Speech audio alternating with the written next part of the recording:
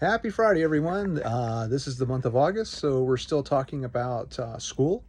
In this case, we're going to be talking about the IEP's Individual Education Program that Jack and I and his mom experienced, but this time delving more into middle school and into the high school ages, right?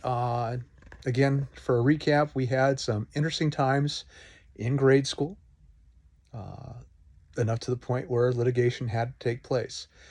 But to get back to that with the individual education program, highly recommend it. Again, over versus a 504 program.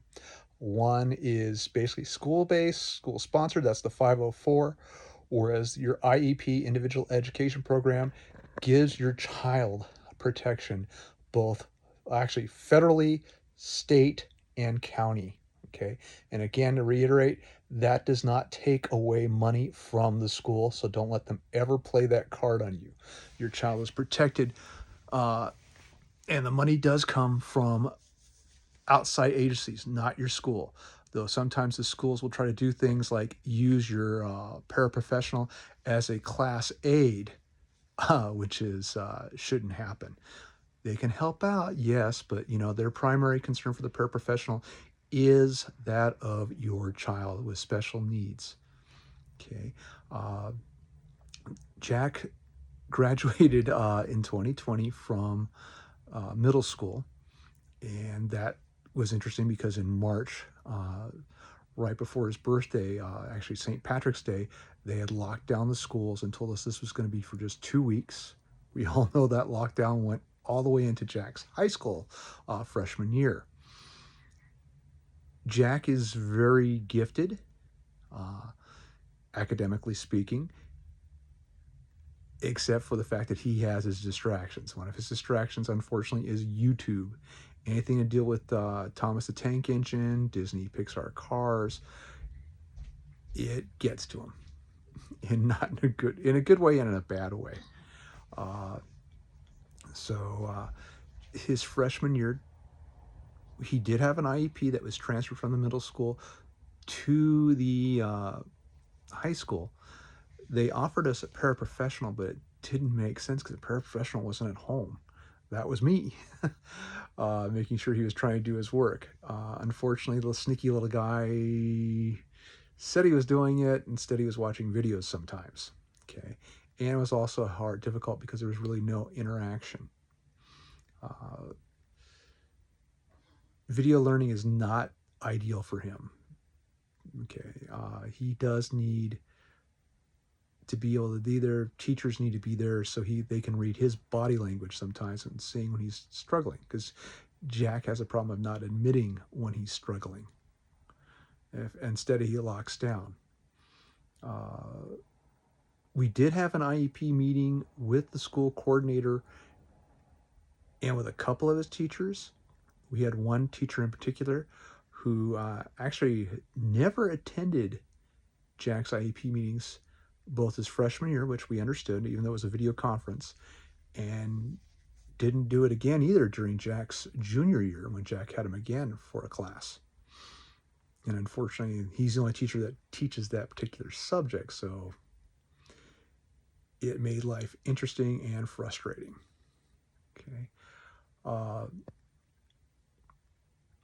It's just the pandemic for a lot of parents, I think, especially for those of us with children with special needs, made life extremely interesting, difficult, and frustrating. Depending on your school district, Jack went back to school the last, I want to say, 4 to 5 weeks of his freshman year.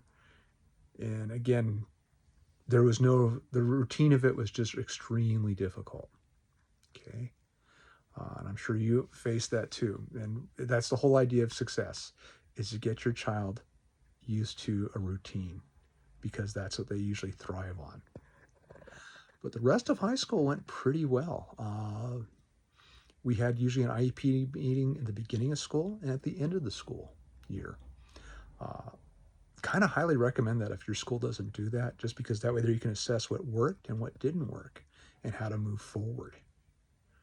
Remember, You as the parent can request an IEP at any time you feel that your child has needs that are not being addressed. Okay. We had that happen again when Jack, for his freshman and sophomore year of high school, their humanities classes, uh, Jack scored high enough to qualify for the advanced placement courses, and he actually did quite well in AP US history. As a matter of fact, he had I believe he earned an A for both semesters. AP English literature was interesting.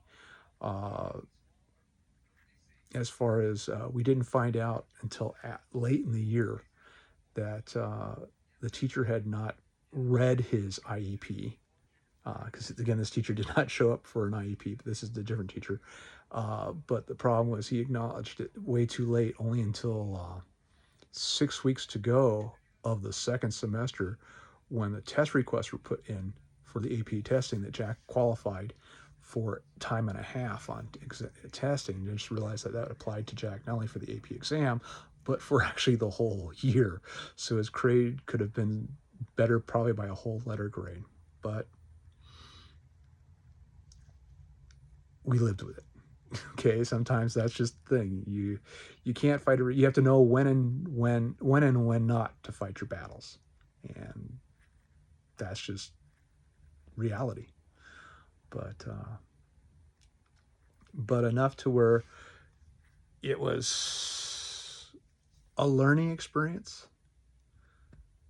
But one thing I will say, because we'll talk about in the next episode of this, is preparing for college in Jack's senior year. But in Jack's junior year, California has a Department of Rehabilitation, and they have a unique program with most of the high schools.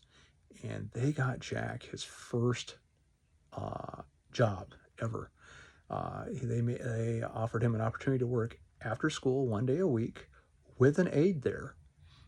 In this case, it was our local Ace Hardware as a stock boy. So there are tons of resources out there. Check that one out, because I think that he was so happy to be doing things he likes to do, keeping things neat and orderly, just being himself.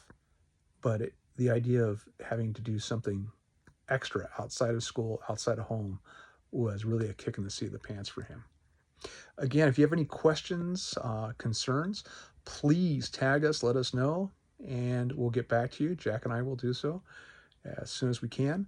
Again, August is about going back to school, helping you set up your routine, and letting you know that your child can have such a rewarding experience. Because you got to remember, you are their biggest advocate, okay? Anyways, we'll talk to you later. See you next Friday, and bye for now.